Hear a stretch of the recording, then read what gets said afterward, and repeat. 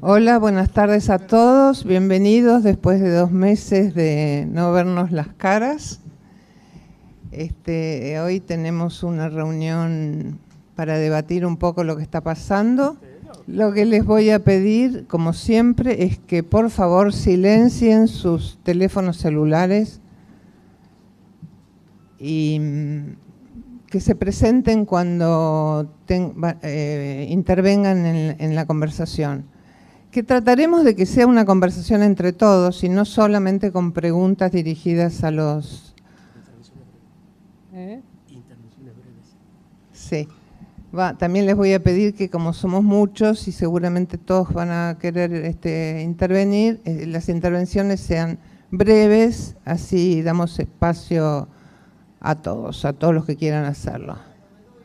Claro, para tener más tiempo. Por eso Guillermo lo voy a tener muy cortito.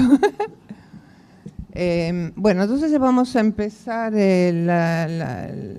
con la intervención no exageradamente larga de Willy sobre las cuestiones económicas y después vamos a continuar con a ver qué nos dice Tito sobre la política. Bueno, antes de empezar, quiero decir 2 cosas. Iba a decir 3, pero la primera ya me la robó Victoria, que era felicitar a los cumpleañeros. La segunda es que, infelizmente, Rosenbursel no pudo venir. Así que, aunque no se note, lo está reemplazando Willy Soler, que es solo responsable de lo que diga. Rosenbursel no tiene nada que ver. Y la tercera es que posiblemente mi intervención esté un poco sesgada porque me malquisté últimamente con el presidente Macri debido a que nos está timando a San Lorenzo y a otros clubes en la Superliga, y estuve liderando algunos de los cantitos en su contra. Bueno, dicho esto, y pasando a los temas sustantivos, muy brevemente. Ciertamente, y no quiero ir mucho para atrás, este gobierno, en el plano económico y desde muchos puntos de vista, ha representado un quiebre con respecto a la gestión de Cristina. Pero, sin embargo, si uno mira la situación actual exclusivamente de manera fría y desapasionada, va a ver que los problemas que enfrentaba el nuevo gobierno en su inicio son los mismos que infelizmente están presentes hoy. Tenemos una tasa de inflación que el año pasado fue la misma que dejó Kicillof. Tenemos un déficit fiscal que es algo mayor que el que dejó Kicillof. Tenemos un desbalance externo que es muy preocupante, que ya supera en la cuenta corriente un déficit de 4 puntos del producto, con exportaciones estancadísimas, importaciones que vienen creciendo significativamente a pesar de que el nivel de actividad todavía no se recuperó de manera significativa, y con un gasto en turismo que es alucinante, y salidas de capital adicionales de particulares que compran o que compramos dólares. Y finalmente con una tasa de inversión que apenas muestra una recuperación mínima y que todavía está por debajo muchos puntos por debajo de lo que hace falta para un crecimiento sostenido. Una parte de la continuidad de estos problemas tiene que ver con, esperemos, con que todavía no ha transcurrido tiempo suficiente para que den resultado algunas de las medidas y sobre todo para que se haga sentir una mejora efectiva en el resultado fiscal que se ha encarado, política que se ha encarado de manera muy gradualista, muy sensatamente.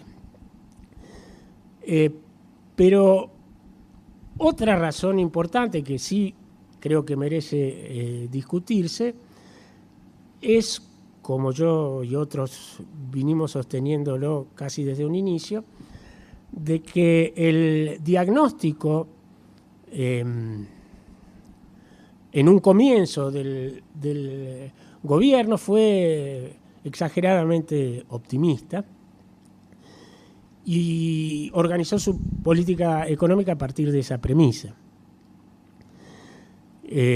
Pensó que iba a llegar una lluvia de inversiones importante y que eso iba a gatillar la mejora del nivel de actividad. Pensó que la inflación iba a reducirse de manera abrupta ya en el primer año y pensó que como consecuencia de esa desaceleración de la inflación, los precios relativos y en particular el tipo de cambio no se iba a trazar al mismo tiempo que el gobierno corregía las tarifas. Me parece que ese diagnóstico subestimaba las dificultades y de alguna manera transmitió a la población y a los actores económicos expectativas exageradamente positivas sobre la evolución económica, que en un primer momento no generaron mayores conflictos, pero que hoy en día parecen empezar a hacer algún ruido. El gobierno, aunque no lo anunció con bombos y platillos, cambió de manera sustancial, digamos, la política cambiaria y monetaria hacia fines de diciembre, me parece, ¿no es cierto?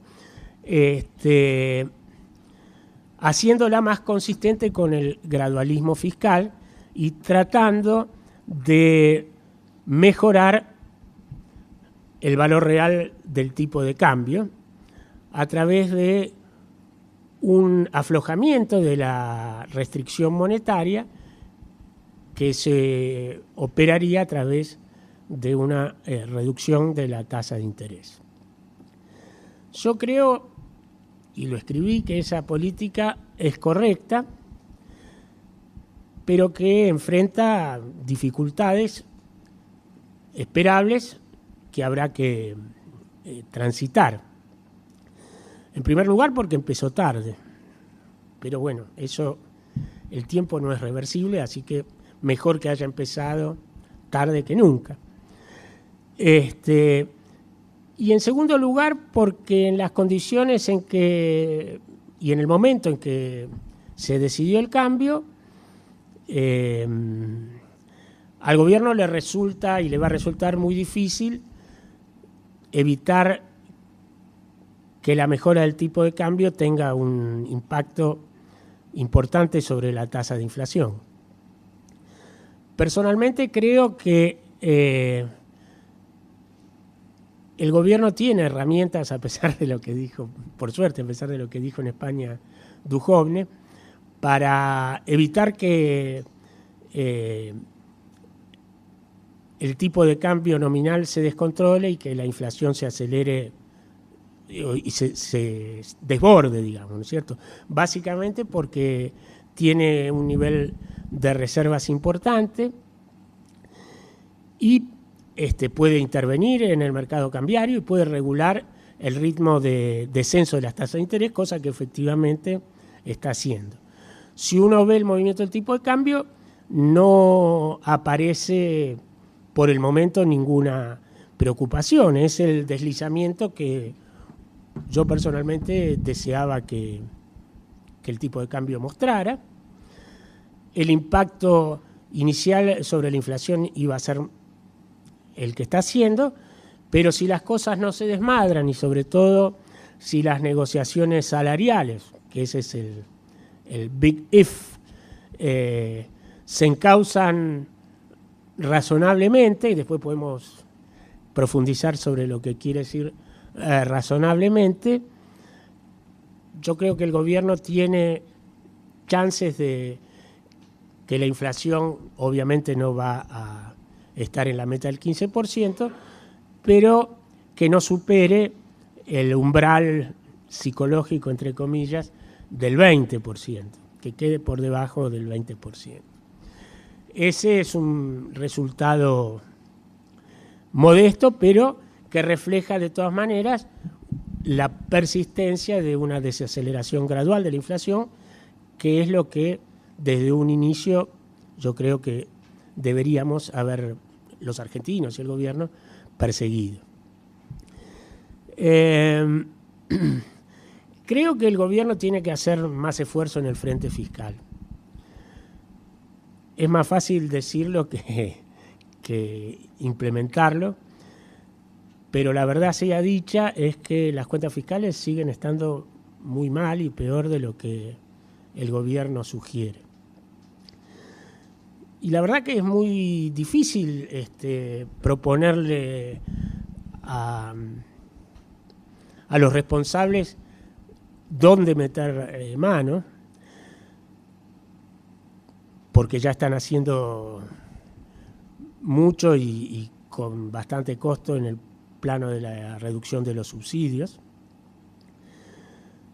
Pero yo creo que, y eso no lo veo mucho, el gobierno debería iniciar rápidamente una discusión y poner en la agenda y empezar a implementar algo de una cosa que repetimos mucho pero que nunca se encara, que es una reforma más estructural del sector público, digamos, que incluya un ofrecimiento muy generoso de retiros voluntarios y algunos otros mecanismos, porque no va a ser por la reducción de los salarios y de las jubilaciones que se va a ajustar, y no va a ser recortando el café en las oficinas que se va a ajustar, y no va a ser con las transferencias a las provincias seguramente con lo que se va a ajustar. Y el otro componente que posiblemente se pueda reforzar es el que tiene que ver con la reducción del gasto en las licitaciones de obras públicas y en las compras públicas en general. Creo que el gobierno algo está comenzando a hacer, pero creo que hay que ser mucho más agresivo, digamos, ¿no es cierto? Dicho lo cual, no tengo muchas más sugerencias en ese sentido. Sí espero que en relación a las provincias, que son el otro componente serio de los desequilibrios, el gobierno consiga implementar y hacer cumplir la ley de responsabilidad fiscal, que obliga a las provincias a realizar ajustes a cambio de que el gobierno le facilite la reestructuración de su endeudamiento. Termino con esto. Hacia adelante, lamentablemente, el panorama externo y algunos aspectos no controlables por el gobierno. ¿Qué pasa? Bueno. Y algunos elementos no controlables del panorama interno están evolucionando desfavorablemente. Por empezar, la tasa de interés internacional empieza a dar atisbos de que va a subir, y en ese caso, dado nuestro nivel de endeudamiento, es esperable que el riesgo país también suba, más allá de lo bien o mal que se conduzca la política económica y en particular la política fiscal. Y en segundo lugar tenemos una sequía tremenda, que es la peor de muchos años, lo que va a significar, en primer lugar, reducciones muy importantes en nuestras exportaciones, en el valor de nuestras exportaciones, y en segundo lugar va a tener un impacto importante sobre los ingresos tributarios del gobierno. Por lo que estas son dos luces amarillas o anaranjadas que no estaban presentes hasta hace un tiempo y que ahora van a dificultar seguramente un poco más la gestión de la política económica. Yo no creo que esto preanuncie una crisis como las que estamos acostumbrados a vivir. Insisto, el gobierno tiene reservas, el endeudamiento todavía sigue estando disponible. Recientemente el gobierno hizo una colocación razonablemente exitosa de deuda interna, que es a lo que debería apuntar crecientemente, indexada con una tasa de interés por encima de la inflación alta, pero no exorbitante. Pero seguramente el nivel de actividad, salvo alguna sorpresa, crezca menos que lo que inicialmente estaba previsto y habrá que ver cómo afecta todo esto en las negociaciones salariales que van a comenzar a calentarse en los próximos meses. Con este interrogante interrumpo mi pequeña intervención inicial, esperando no haber excedido mi tiempo. Gracias.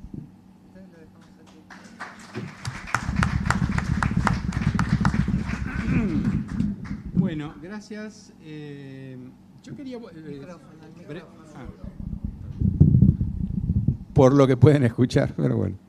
Yo quería volver a un puntito de Victoria que tiene que ver con las reuniones de coyuntura, que me parece que, o sea, nosotros tenemos realmente la intención de que en las reuniones de coyuntura las intervenciones iniciales, en este caso de Willy y mía, sean cortas y ir agrandando el tiempo dedicado realmente al debate, digamos. Idealmente no deberían hacer falta en las reuniones de coyuntura las presentaciones y que el club pueda debatir consigo mismo entre los socios con entera libertad, sin necesidad de un disparador.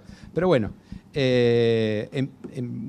digamos, ahora por ahora está siendo de esta manera y está bien.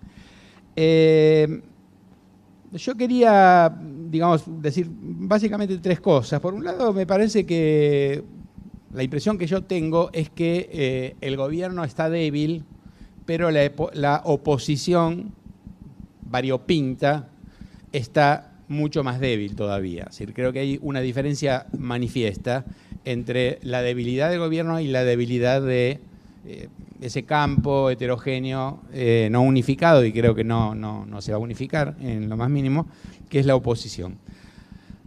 Las razones por las que el gobierno está débil son muy sencillas, son las que dio Willy. Es decir, creo que no hay otras. Es decir, si la situación económica no fuera, digamos, como la que es, el gobierno no estaría débil, porque me parece que... Pero claro, en la Argentina eso sería un milagro y en efecto realmente me parece que digamos, Willy es convincente cuando explica que hubo una serie de decisiones también, no solamente un problema heredado, sino también decisiones, ¿no es cierto? Entonces eso me parece importante, ¿no? Entonces, bueno, ¿por qué? O sea, en cuanto a la debilidad del... primero, que el gobierno no está tan débil. Me parece que hay algunos elementos, digamos, que uno puede abundar rápidamente. Me parece, por ejemplo, que en relación a las negociaciones salariales, en perspectiva, el gobierno está bastante bien plantado. Yo no sé, varios de los presentes, incluyendo obviamente a Willy, tendrán cosas más precisas que decir, pero a mí me parece que está bien plantado, que hay negociaciones en las cuales, como por ejemplo, no sé qué puede pasar, pero me parece que si uno compara el gobierno vis a vis los sindicatos docentes de hace un año con ahora, me parece que ahora el gobierno está, digamos, tiene más asimetría a su favor, digamos, ¿no? que hace un año. Y quizás se esté empezando a agendar una cierta tendencia, que sería la ideal. Ustedes me corregirán, lo veo ahí a Ricardo, Willy, a negociaciones a futuro. Es decir, que me parece que son las ideales, digamos, para una política de ingresos.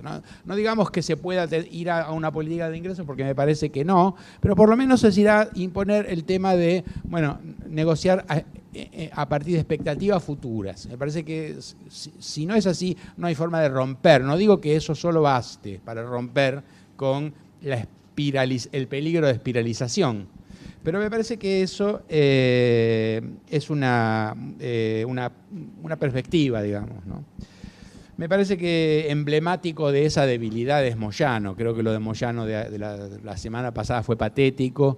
Me parece que muestra mucho. Pero hoy también lo de Duhalde, la verdad que a mí me sorprendió, me pareció, Duhalde diciendo estamos en una situación como la del 2001, me pareció de un histérico, digamos. Es decir, él es tranquilón, a mí me cae muy bien, es buen tipo, todo, pero la verdad que lo de hoy me asombró, digamos. Me pareció una cosa que no es muy fácil de explicar, pero me parece que están como turco en la neblina frente a una situación que es bastante novedosa. Es decir, ¿cómo? Eduardo Duhalde, hizo declaraciones. Sí, bueno. Y me parece que las oposiciones peronistas no tienen margen, es decir, que me parece que por ahora no tienen margen porque, bueno, Massa está muy desinflado, los gobernadores tienen un camino estrechísimo para moverse en relación al gobierno, que, bueno, sobre todo por las restricciones fiscales. No veo por ese lado mucha posibilidad de que en el corto plazo haya una recuperación o la emergencia de un liderazgo interesante. Puedo equivocarme y la semana que viene pensar, bueno, ¿cómo no lo vi a este, no? Pero la verdad, yo no veo un liderazgo, la promesa de un liderazgo en el campo peronista. Por ahora no lo veo. Si alguien me puede decir, no, mira, hay un caballo tapado, o seguilo a este porque realmente jugale unas fichas a este, puede ser. Yo no lo veo, ¿no? Por el lado del gobierno, uno de los problemas que tiene, me parece, es Cambiemos, ¿no? Como tal. ¿Por qué? Bueno, me parece más o menos claro, porque, digamos, puede ser un buen ejemplo también de decir, bueno, el núcleo duro del gobierno está débil, pero la verdad es que los que no pertenecen al núcleo duro están más débiles todavía. O por efecto o por exceso. Me parece que los radicales por efecto, porque no han tenido, y la reunión radical también de la semana pasada, me parece que muestra que por ahora no tienen márgenes para maniobrar en relación a una política, digamos, que les da poco lugar, pero ellos no se lo saben ganar, no tienen con qué. Un poco implosionaron, me da la impresión, no del todo, por supuesto, pero la borrada de Sanz creo que no los ayudó para nada, y ahí me parece que también están con problemas, ¿no? Y por el lado de Lilita me parece que ese es el exceso, digamos. Es decir, creo que Lilita sobreactúa y a mi juicio sobreactúa mal, y con eso me parece que ese espacio queda muy limitado a lo que ella puede hacer o no hacer. me llamó mucho la atención como pasó para, digamos, no sé si perdió una pieza o admitió que se la sacaran, ¿no? Recientemente, que fue a la jefatura de gobierno. Yo la verdad es que no tengo idea. Pero bueno, entonces me parece que esas son las parte de las cosas que hay que tomar en cuenta, y uno podría hacerse la pregunta, esto es un poco desordenado, pero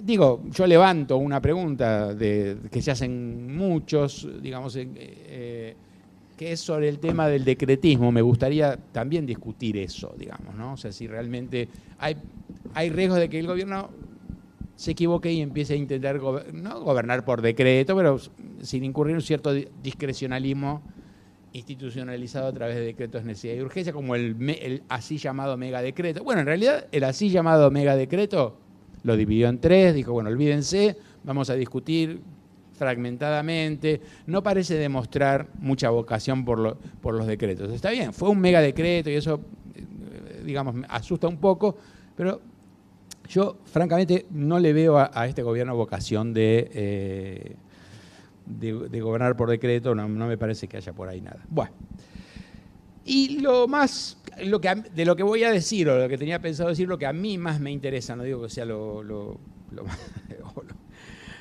más interesante, es que me parece que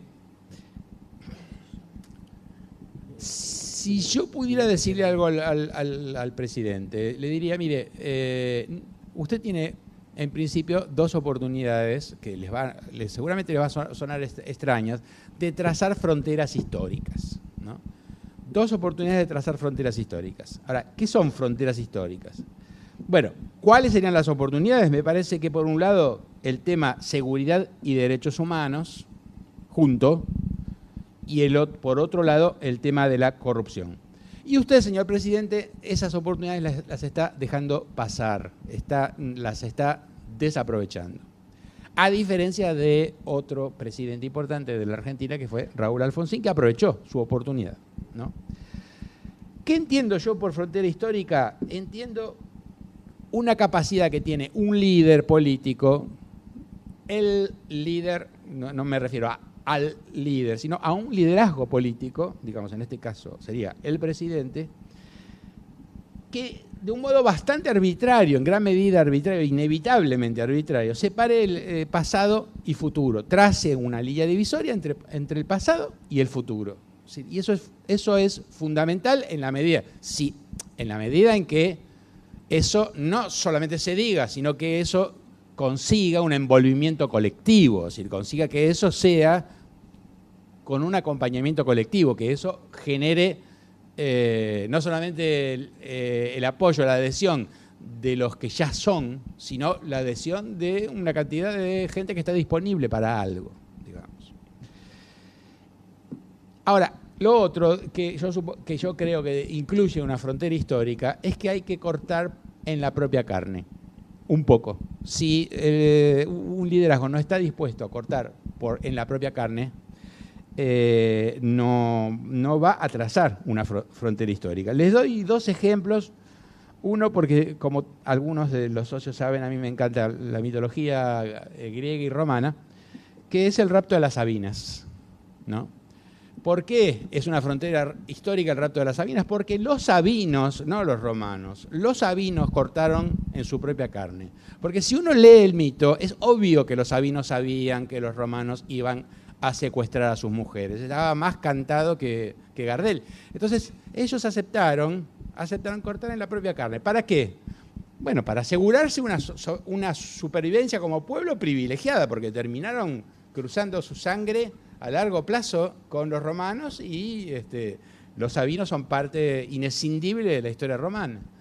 Entonces, pero voy a dar otro ejemplo, ustedes dirán, un ejemplo que no tiene nada de simpático, ¿no? Pero bueno, la historia es así, o la política es así, que es peor todavía, que es el del general Moscardó en el Alcázar de Toledo, ¿no?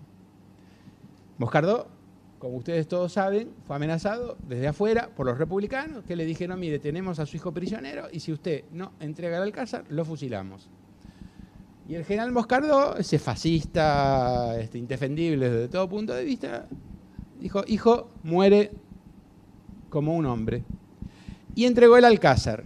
Y a partir de ahí, no solamente todos los defensores del Alcázar estaban absolutamente comprometidos pero absolutamente comprometidos desde cualquier punto de vista por lo que había hecho Moscardó, sino que además eso tuvo, lamentablemente, una efectividad simbólica muy, muy importante, porque fue a comienzos de la bendita y condenada guerra civil. Entonces, eso me parece que es un ejemplo claro del trazado de una frontera, ¿no? Cortando en la propia carne. Y Alfonsín lo hizo. Alfonsín consiguió, en torno a las cuestiones de democracia y derechos humanos, ¿cómo lo entiendo yo? ¿Por qué él cortó en su propia carne? Porque él resignó una parte importante de su estrategia. Él tenía una estrategia y cuando vio que esa estrategia no podía, es decir, sí, podía, pero si él se empecinaba en su estrategia, no iba a poder establecer un claro corte entre el futuro y el pasado, sacrificó una parte de su estrategia. Entonces, eso me parece que es un ejemplo de liderazgo. Un ejemplo de liderazgo que dijo, bueno, está bien, Macanudo, yo esa parte de la delimitación de responsabilidad, esa ingeniería que estaba tan y que para mí era la solución, no va a ser más, está bien, yo resigno eso, adelante. Entonces me parece que en ese sentido son buenos ejemplos que el gobierno debería, por supuesto los gobiernos nunca escuchan, en el presente escuchan a los que quieren, no va a ser mi caso, pero porque yo digo, me parece que no está actuando bien en derechos humanos con seguridad, ¿no? Y que tendría que hacer lo contrario a recibir a Chocobar. Es decir, para mí, recibir a Chocobar es todo lo contrario, es mantener a todo el mundo en su lugar, mantener la inercia de todas las facciones a favor, en contra, en su lugar, seguir, ¿no? O sea, está dando señales malas en ese sentido. Y en ese sentido tendría que cortar en su propia carne. Cortar en su propia carne quiere decir revisar la formación y revisar sus propias nociones. Decir, bueno, está bien, yo entiendo las cosas entendía las cosas de una manera, pero ahora las entiendo de otra. Y síganme que no los voy a defraudar. Le tiene que decir a los tipos que, pero ¿cómo, Macri? ¿Pero cómo puede ser que vos...? No, y bueno, eso es así. Ahora...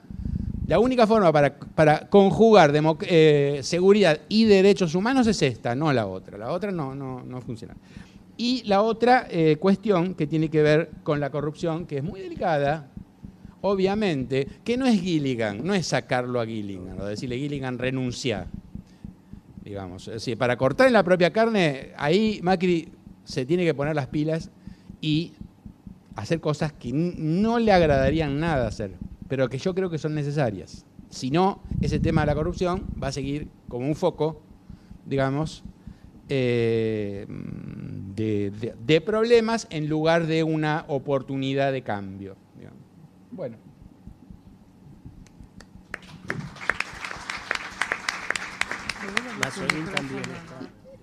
Yo estoy de acuerdo con vos en el tema de favorecer un retiro voluntario como solución para parte de la solución del desborde fiscal. Pero el tema tiene como una sensación de déjà vu. ¿Cómo se financiaría? De nuevo con préstamos multilaterales, de nuevo incrementando la deuda, pagándole por segunda vez a la gente que en su momento se le había pagado un retiro voluntario y después volvieron a ingresar al Estado. Esas son mis dudas que tengo.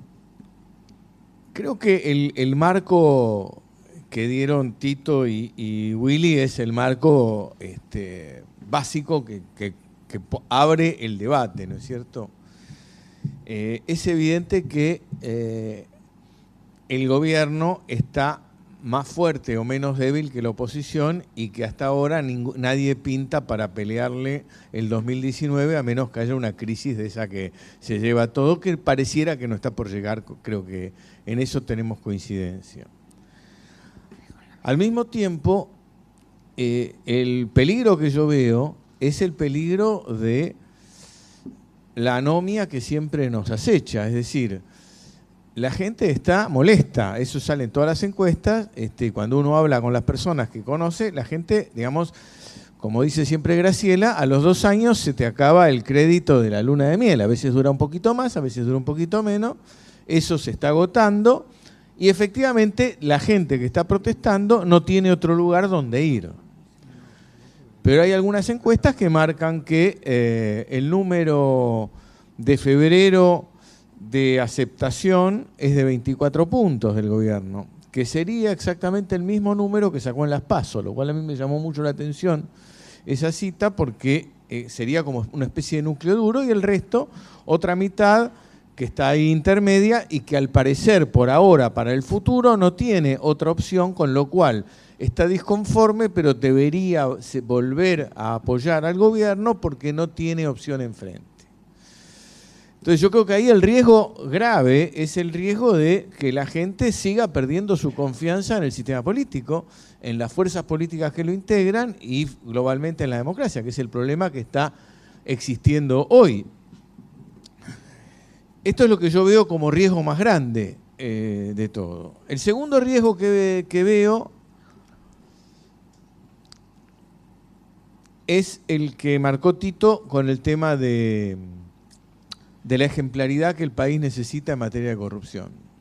Ojalá se pueda hacer como lo diga Tito, me parece que no va a ser posible por varios motivos. Primero, porque el elenco oficial no es un elenco que haya desparramado ejemplaridad, lo cual es indispensable para poner en marcha esto.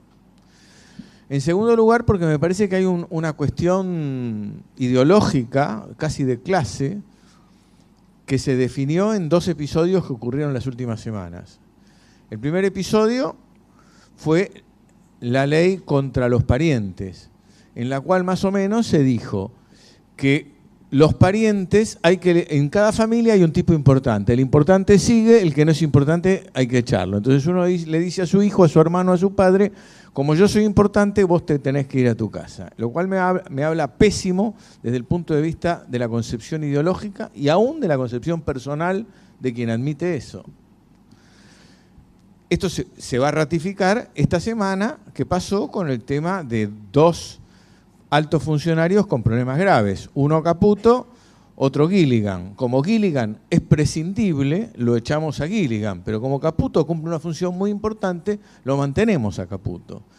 Entonces ese es un doble estándar que creo que va a seguir trayendo problemas. Y para no abusar, el último tema que me preocupa mucho es el tema de lo social y de lo sindical. Me parece que hay una tendencia del gobierno a suponer que todos los problemas que tiene la Argentina son o por una maraña administrativa de estados ineficientes o porque los asalariados cobran mucho y hacen poco. Y me parece que omite el tema de el enorme retraso tecnológico, ideológico, de riesgo, etcétera, que tiene el empresariado argentino, porque y los problemas que hay de tecnología, pero también de financiamiento, etcétera. De modo tal que creo que hay un riesgo que el gobierno derive hacia una idea de que solucionado, es decir, bajado los sueldos, para decirlo en buen criollo, todo va a encaminarse a una producción libre. Gracias. Gracias, buenas noches. Mi nombre es Miguel Pelerano. Agradezco las 2 intervenciones iniciales. Un par de dudas o reflexiones para Willy. Willy, vos destacaste bastante dentro de los posibles riesgos o problemas, temas de balanza comercial. Y he escuchado a algunos economistas, digamos, entusiasmados en indicar que no es tan riesgoso lo que parece riesgoso, diciendo, por ejemplo, que si bien las importaciones han crecido mucho, son fundamentalmente bienes de producción y no de consumo, y que entonces no sería tan complejo el tema del desbalance en la balanza comercial. Me interesa saber cuál es tu opinión al respecto, o de otros socios, claro. Después, sobre el tema de sequía y el tema de soja, también he escuchado, y acá paso mi mini mini aviso ambiental, que es del lado del que yo vengo fundamentalmente, con el tema de que por ahí es una buena oportunidad, ya que dependemos tanto de la soja y la soja tanto de la lluvia, por ejemplo, que por ahí es un buen momento para que le demos bola en serio al tema de cambio climático, como un debe para el gobierno también en cuanto al tema ambiental. Pero digo, lo que también he escuchado mucho es que, bueno, está bien, pero ya la previsión de que la producción va a ser inferior ya va a ir impactando en Chicago y por lo tanto los precios van a ser mayores, con lo que eso de alguna manera, bueno, me interesa saber lo que opinas, eso compensaría, según aquellos que le quieren, digamos, bajar el precio al riesgo o al impacto, compensaría que la producción es inferior. Y de los temas que planteó Tito, que en general me parece, no sé, a mí me resonaron en las líneas de muchas de las cosas que uno va meditando, y el tema de cortar en la propia carne y el tema de ejemplaridad, yo me pregunto, y digo esto haciendo la salvedad de que yo conozco personalmente y valoro a la persona de Laura Alonso, si para sacarlo del caso específico, un lugar donde cortar en la propia carne no es en la titularidad de la Oficina Anticorrupción. Gracias. Voy a ligar un poco las dos intervenciones. Primero, el tema de la inflación. Es cierto, la tasa de inflación actual es parecida a la de Kicillof, con una diferencia. Ha habido un fuerte cambio en precios relativos. Es decir, se han ajustado las tarifas.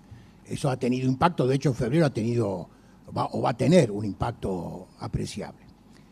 El segundo tema, que es la puja distributiva. ¿Qué quiero decir con esto? El precio más importante de la economía es el precio del trabajo.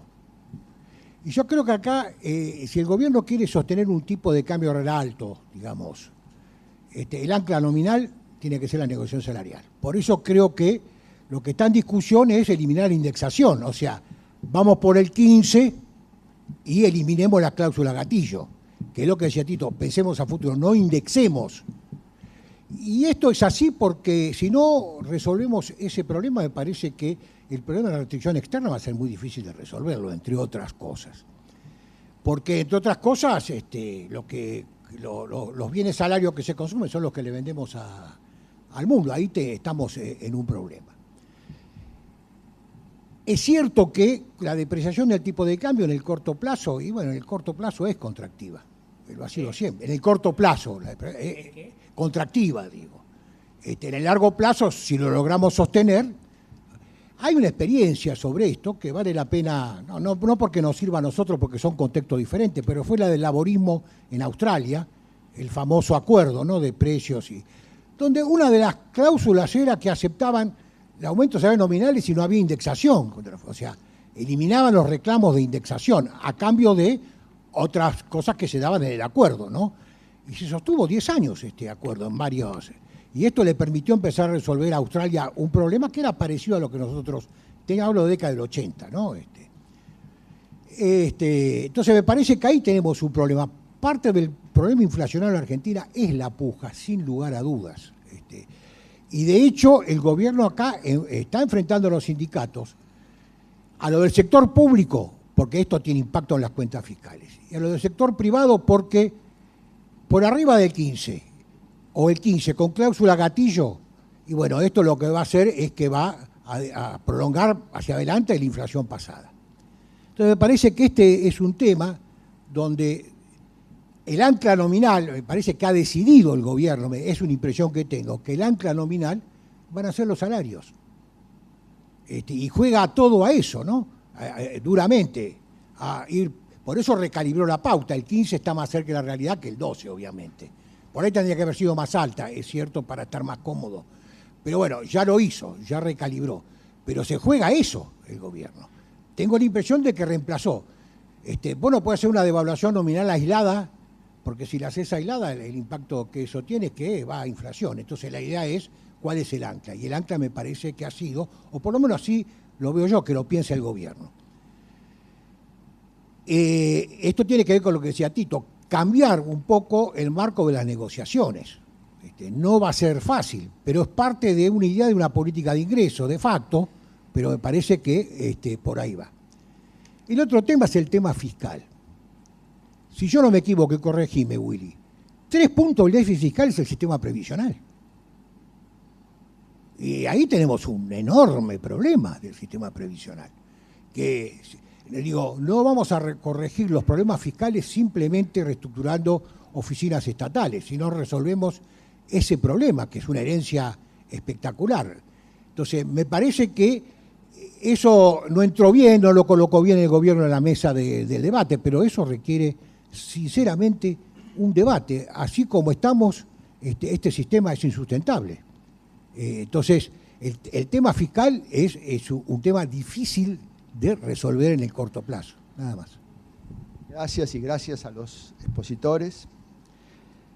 Hace un comentario poco coyuntural, acordándome de, todos habrán leído la conversación en la Catedral de Vargas Llosa, donde Zabalita se pregunta ¿cuándo se jodió el Perú? ¿No? ¿Cuándo se jodió la Argentina? ¿Cuándo se jodió la Argentina? Esto, Habla más alto. la pregunta es ¿cuándo se jodió la Argentina? ¿No? A propósito de lo que preguntaba Zabalita en relación a Perú. Y en ese sentido, me acordaba de un viejo texto, una de las mejores cosas que se escribió sobre cuentas fiscales, que es el viejo texto de Carchoffi sobre la desarticulación del pacto fiscal.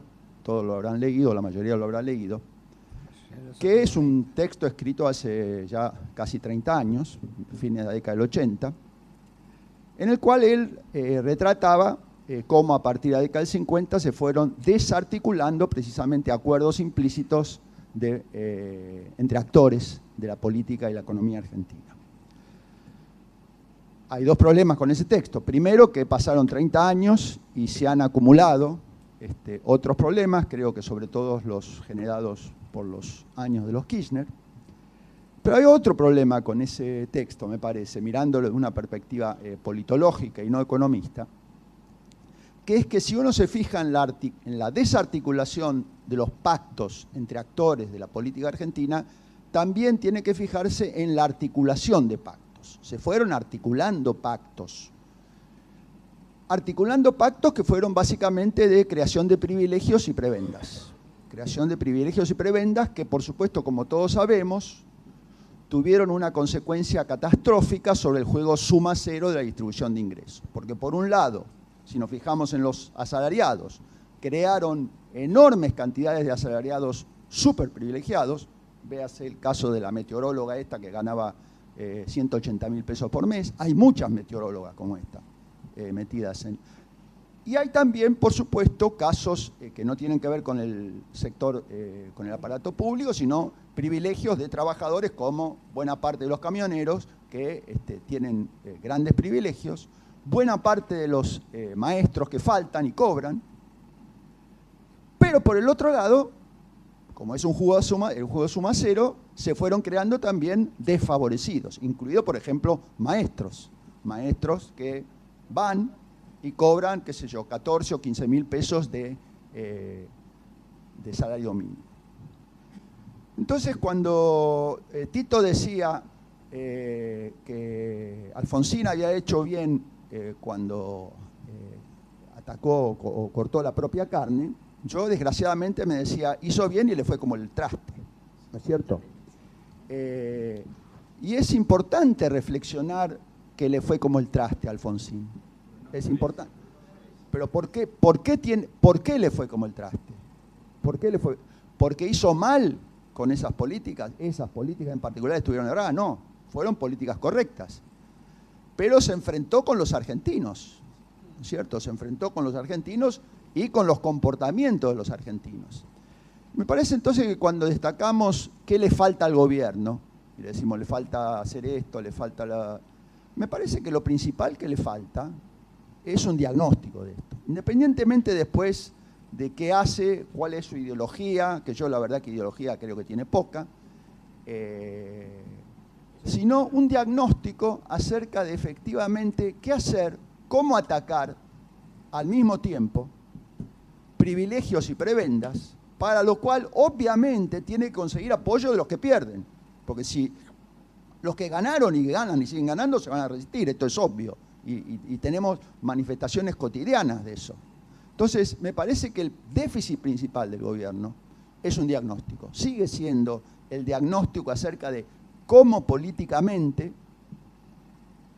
juntar, atacar al mismo tiempo problemas que son tensiones insuperables, en muchos casos son paradójicas esas tensiones, porque no se pueden resolver completamente, y atacar esas paradojas, esos nudos de tensiones, implica efectivamente tener la capacidad de negociar, y negociar implica ofrecer zanahoria, ofrecer garrote con los que tienen poder, y al mismo tiempo tratar de generar apoyos con aquellos que son los eternos perdedores o los nuevos perdedores. Eso falta de manera triste y lamentable. Gracias. Bueno, a raíz de lo que vos decías, Oscar, hoy estaba escuchando a Kattenberg, Alejandro, un encuestador. En realidad, la imagen del presidente no cayó tanto. Estaba en 36 y pico. Es más, subió un poquitito como imagen de presidente. Sin embargo, la confianza, esa sigue baja. Hay puntos de diferencia a la baja. Ahora, curiosamente, a este que se le llama gobierno para los ricos, ¿dónde cayó más? En la clase alta. La clase alta, el porcentaje de mayor caída de imagen lo tiene ahí, según Kattenberg. Bueno, nene, pedí turno. Me olvidé de agradecerle a ustedes, muchas gracias a ustedes. Bueno, el tema de Lauro Alonso. Hoy la escuché a Laura, y a lo mejor ustedes también, respondiéndole a Peña. Es curioso lo que está pasando al interior. Es decir, yo creo que hay mucha interna, por lo menos en el PRO. El resto, bueno, tiene lo suyo. A raíz de lo de Caputo y el apoyo sin condiciones de Marcos Peña, Laura, que a lo mejor siente que le va su posición en esto, por reclamos que aparecen, algunos con buenas intenciones y otros simplemente porque es de la oposición, dijo, bueno, lo que diga Peña es su opinión, acá estamos investigando a Caputo. Y cerró ahí. En tema, Pellerano, el tema ambiental, a mí me parece que deberíamos, nosotros como club, pero el que salió en ese sentido bien, y porque sabe dónde le aprieta el zapato a su sector, fue el ministro Miguel Echeverre. Salió a apuntar al tema de empezar a discutir el cambio climático. Yo creo que ahí habría que meter una cuña, puesto que hay un ministro relacionado con las consecuencias que lo quiere impulsar, ¿no? El sistema previsional. Cuando Cristina de Kirchner necesitó votos, y corríjame si es la fecha, pero creo que era el 2006, que se inventó esto de la jubilación indiscriminada, aportantes o no aportantes, ¿no? Sobre todo los no aportantes. Bueno, eso fue una clara elección y acá nunca se dijo de los viejos en lugar de los chicos. Era darle plata a los viejos. ¿Cómo? ¿Por qué votaban? Los chicos no. Entonces, tampoco se está marcando esto, y ahí yo lo incluiría en lo que, si estuviera en el gobierno, utilizaría como forma de comunicación para avanzar en plantear por qué, si este sistema previsional se mantiene, está en crisis. No es que va a estar, ya está en crisis. Bueno, precisamente porque, como decía al principio, se dice, y quedó, porque los relatos simbólicos son los que mejor quedan, ustedes ya lo saben mejor que yo, gobierno para los ricos, es que todas las medidas que son legítimas además y que además son imprescindibles, deberían apuntar sobre todo al apoyo de los que hasta ahora han perdido, por esa misma razón. Aunque los ricos sienten que han perdido. Bueno, rápidamente para no abusar del privilegio, digamos, o la pesada carga de estar de este lado del mostrador. Pero yo en relación a lo que dice Marcelo, yo estoy de acuerdo.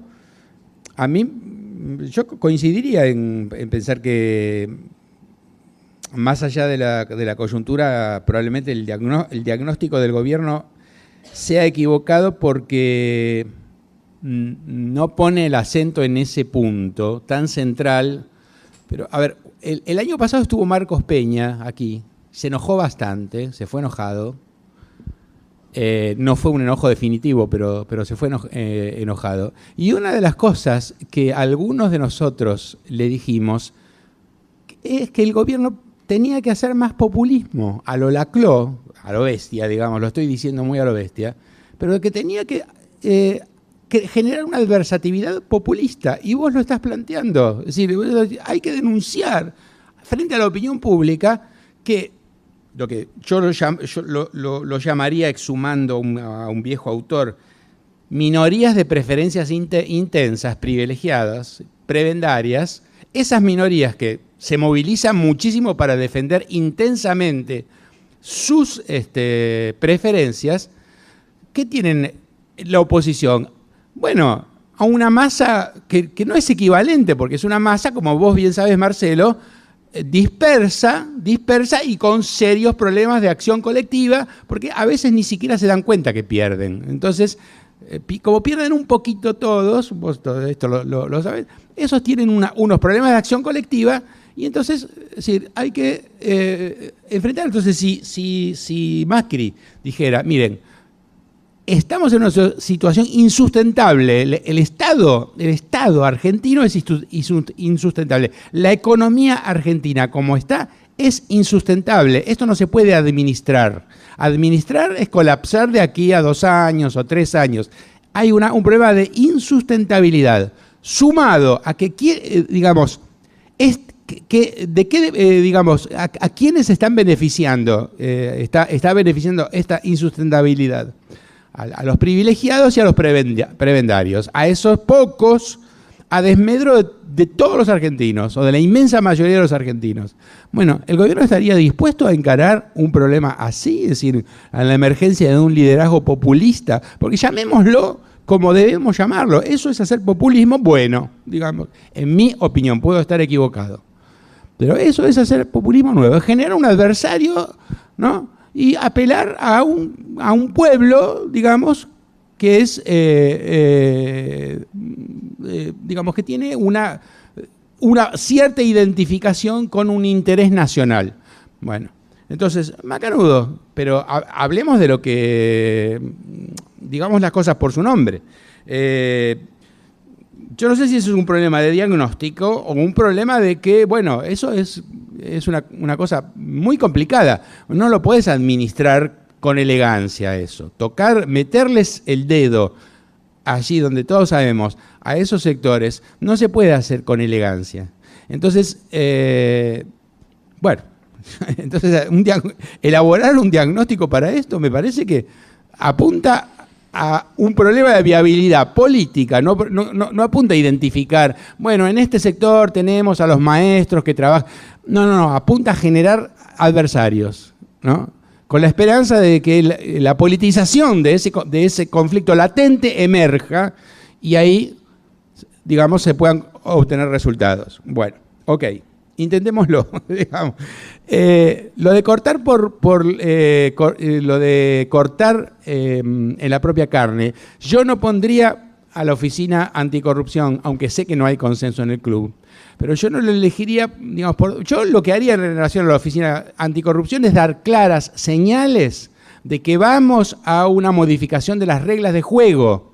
No a decir, está bien, a mí no me gusta, es decir, yo la quiero mucho a Laura y creo que es súper competente, súper honesta, pero no puedo defender que al frente de la oficina anticorrupción esté Laura Alonso, que es del PRO, porque el gobierno es del PRO también. Entonces, bueno, eso no lo puedo defender, pero yo lo dejaría tranquilo siempre y cuando el gobierno mandamos un proyecto de ley para que, bueno, realmente se concurse el cargo, ¿no es cierto? O sea, realmente autonomizar institucionalmente. Entonces, si hay que decir, bueno, sí, realmente vamos a cortar por nuestra propia carne, bueno, yo no quiero nombrar a nadie, pero me parece que no hay muchas. Digamos, hay un abanico bastante estrecho, ¿no? de alternativas. Sí, hay un señor que no vamos a dar el nombre, pero empieza con Caputo. Sus iniciales. Bueno, una cosa breve, yo no sé si... Yo no tengo el corazoncito peronista de Tito, así que no sé si lo llamaría populismo, pero ciertamente el gobierno necesita definir adversarios como parte del diagnóstico. La verdad que... y tratar de aislarlo, digamos, no de formar una coalición de adversarios. Pero claramente, digamos... Bueno, no sé si claramente, pero es posible pensar en Tierra del Fuego, digamos, eso es insostenible, o sea, políticamente insostenible. Es posible pensar en una oficina de antitrust o de defensa de la competencia que funcione autónomamente y que se pronuncie ante casos como la reciente fusión de, ¿quién fue? Telefónica con Cablevisión, me parece, ¿no? Con Telecom, bueno. Que haga algo con Techín, que tiene un monopolio espantoso en los caños sin costura, y otros tantos, y que encare fuertemente también el tema de la defensa del consumidor, con relación a tantos sectores, empezando por las comisiones bancarias, los gastos en tarjetas de crédito y tantas otras cosas que uno podría empezar a agitar. Después, la otra cosa que quería decir es que en relación al diagnóstico, y yo no lo quise incluir en mi presentación inicial porque estamos hablando de coyuntura y porque además no quería extenderme, y lo voy a dar como un título. Me parece que el gobierno le agarró, entre comillas, el ataque del reformismo permanente, pero primero está, a mi juicio, improvisando un poco en alguna de las cuestiones, o encarándolas de una forma que no es una reforma profunda. El tema tributario tiene algunas cosas, pero no tiene otras muy importantes, sobre todo desde el punto de vista de la equidad. Y pone mucho el énfasis en la reforma laboral, en la reducción del costo argentino, y me parece que, francamente, no va a ser por ahí que va a mejorar la competitividad. Y en ese sentido, creo que complementariamente a esas reformas que hay que discutir y profundizar antes de aprobar, sobre todo la laboral, porque la tributaria en todo caso complementarla, hay que definir una estrategia de desarrollo productivo que el gobierno, francamente, yo pienso que no tiene, y proponer, digamos, una política productiva, industrial, como uno la quiera llamar, que dé señales de para dónde piensa el gobierno que nuestra economía tiene que ir. Eso nadie lo sabe claramente, y eslogan generales como inserción inteligente o bueno, se me escapó otra que ya me voy a acordar, como inserción inteligente, o algunas otras no dicen, o inversiones extranjeras, o eso tenemos una pequeña discusión con Tito, o vamos a entrar a la OCDE. No alcanza para dar una idea de qué queremos hacer. Tiene que definir una política de innovación productiva y empezar a hacer algo por ahí. El Ministerio de Ciencia y Tecnología está pintado, digamos, lo único que se ocupa es del CONICET. El Ministerio de la Producción, por ahora no se sabe, tiene reuniones sectoriales con diferentes, pero no se sabe qué plantea, y así con otros ejemplos. Esto lo digo porque también me duele en mi corazoncito, porque con un grupo de colegas escribimos algo para iniciar el debate antes de que asumiera el gobierno, y obviamente no nos dieron ni 5 de bolilla, y después Eduardo Levillellati estuvo con el tema de Argentina 2030, y eso tampoco dio mayores frutos. Hay muchas otras preguntas, pero quiero concentrarme en una sola. El déficit comercial es un problema serio. Nunca, digamos, las importaciones de bienes de consumo son el problema. La proporción de importación de insumos y de bienes de capital siempre es de alrededor del 80%, está entre el 75 y el 80%, así que eso no dice mayormente nada. Las exportaciones están estancadas, ese es el gran problema. Yo no me preocupa que crezcan las importaciones, deberían seguir creciendo. El problema es cómo las pagamos, si con deuda o con más exportaciones. Y por el lado de los precios de agropecuarios, Brasil tiene una cosecha récord, digamos, o sea que los precios en Chicago no van a bajar como para compensar la caída de cantidades. No van a... ¿Perdón? Eso, no van a subir como para compensar la caída de cantidades.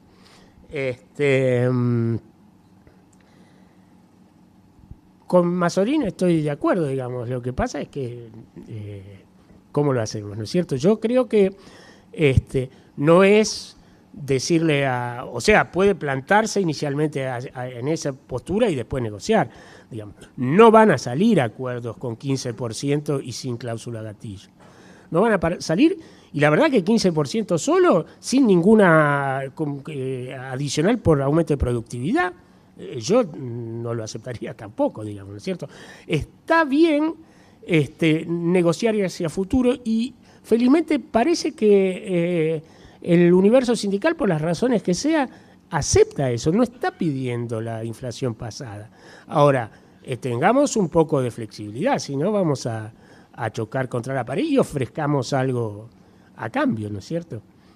Bueno, la corto, porque Victoria ya me mira con ojos.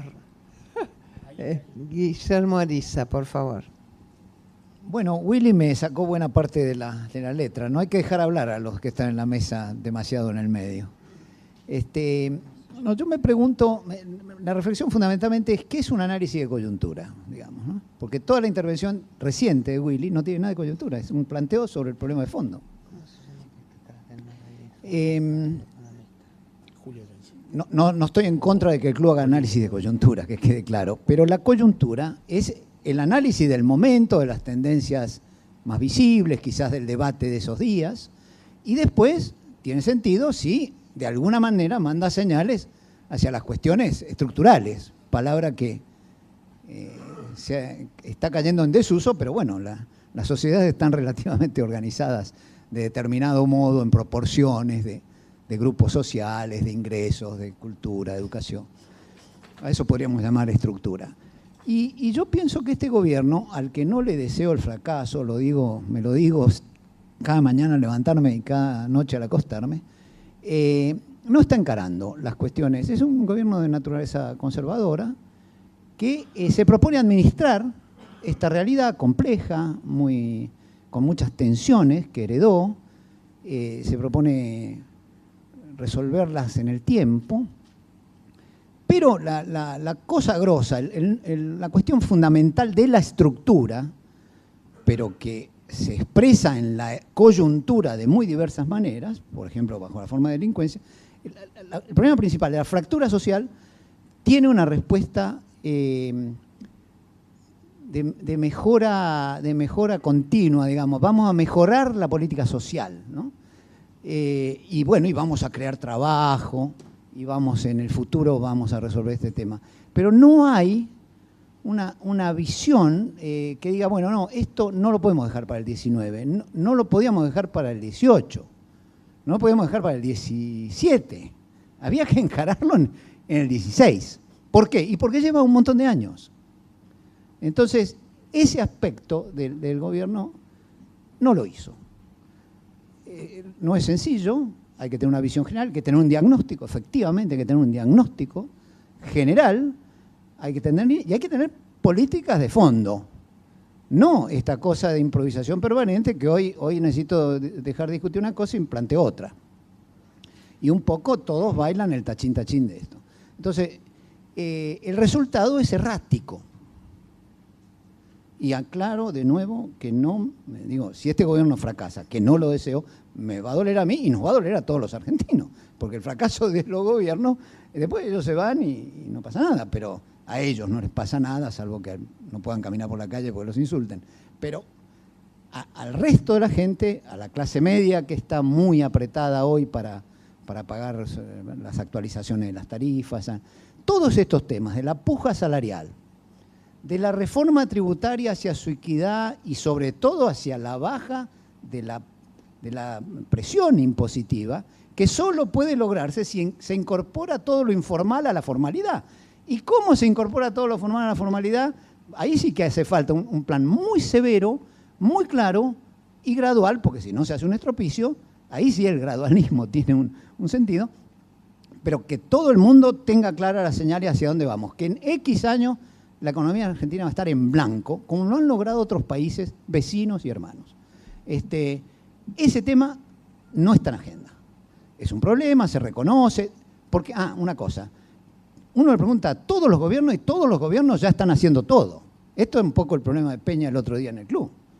Es decir, tenía respuesta para todo y todo estaba encarado. Sí, tenemos problemas, pero ya lo estamos haciendo. Y esa es la respuesta universal de todos los gobiernos, entre otras cosas porque tratan de mantenerse a flote. Pero yo no veo, probablemente sea muy miope, esto estoy dispuesto a admitirlo, esas políticas profundas, digamos, están pactando con estos movimientos sociales, les dan el dinero y los otros le hacen las marchas y le alquilan los ómnibus escolares con los subsidios.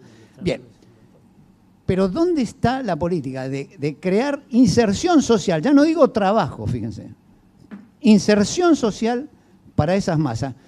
En vez de la adversatividad, yo digo, ¿por qué no hacemos una cosa profundamente solidaria en lo institucional, en lo económico, en lo social?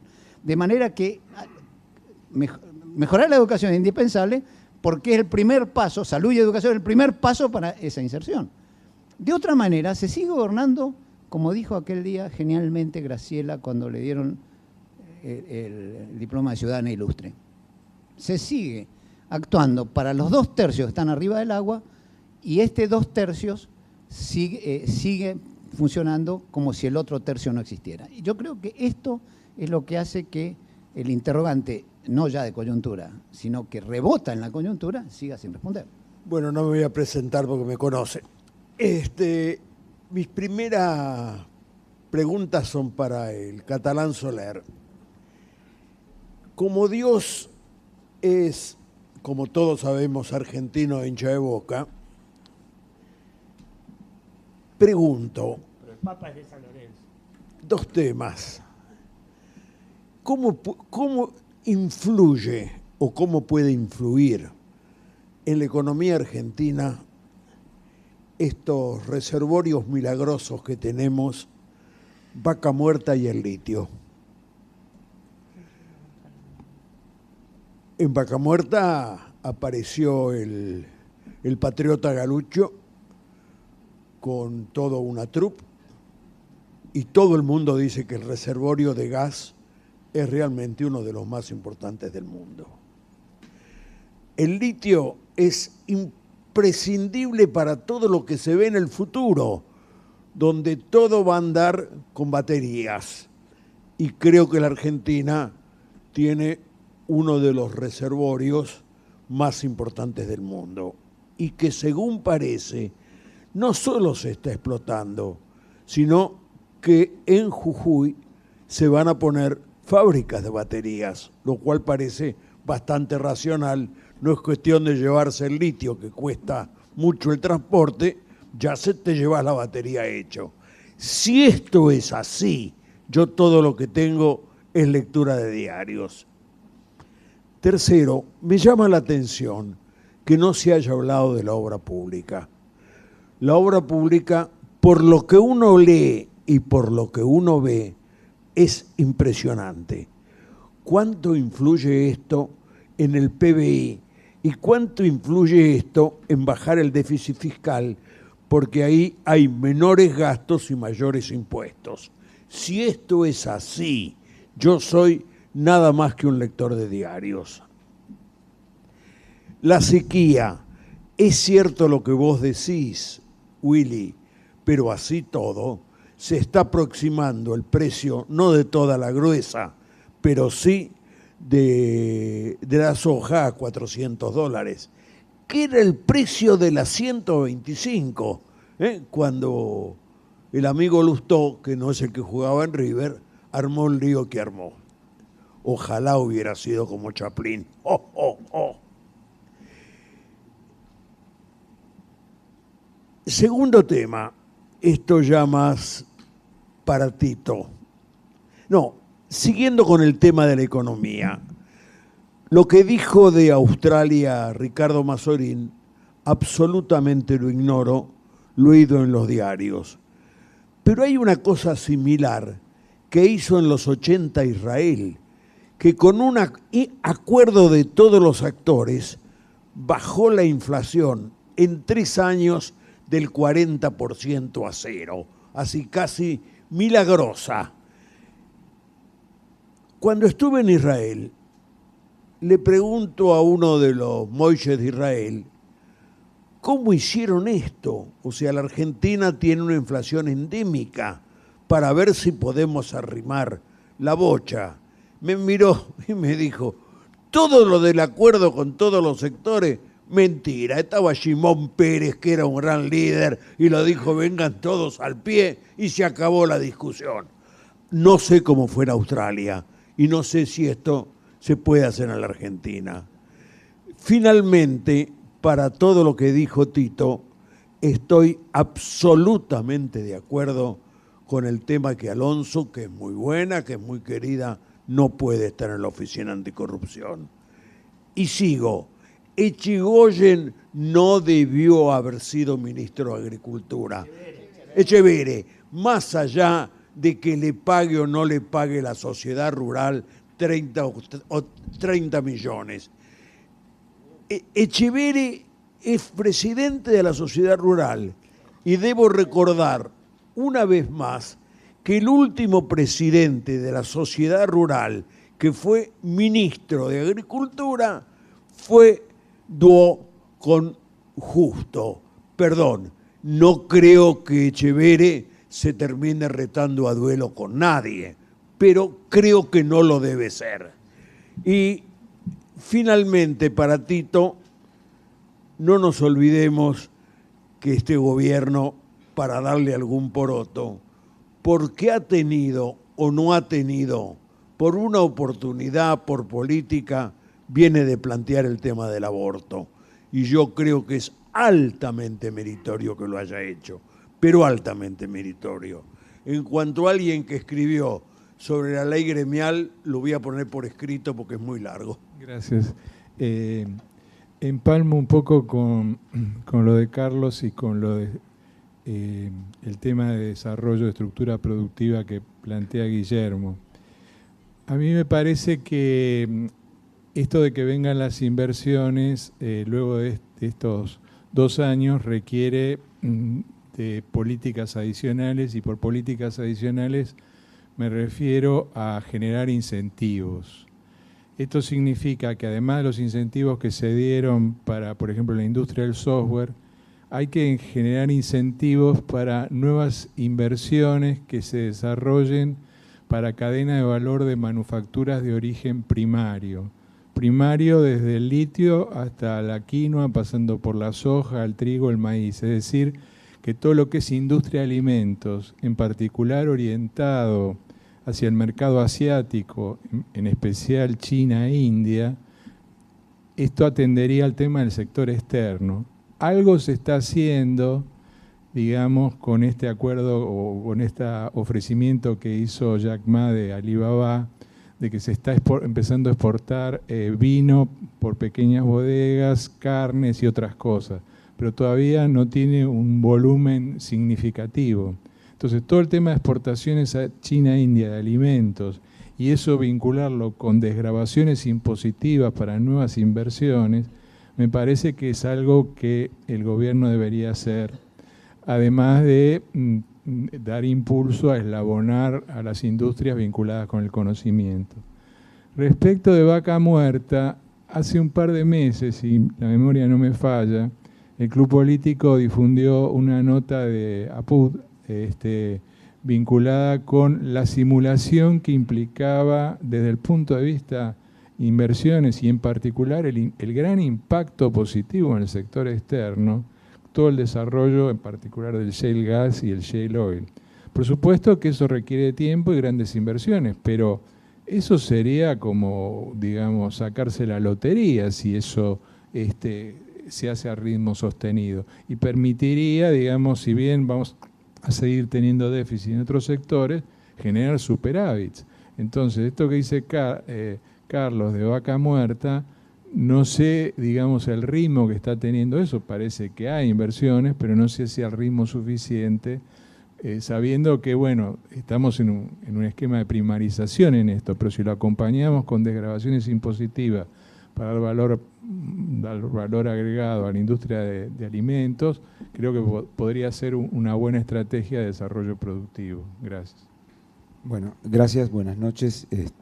Bueno, ante todo, gracias por aceptarme en el club. Soy nuevo acá, si bien fue, me imagino, sí. Gadano. No soy Nicolás, igual aclaro para los economistas que están por acá. Mi hermano no tiene pelo, yo sí. No sé si hay alguna regla del club de estos. Este es un club prestigioso y debería tener una regla que los nuevos, por ejemplo, no pueden hablar por 2 años. Si la hay, avísame.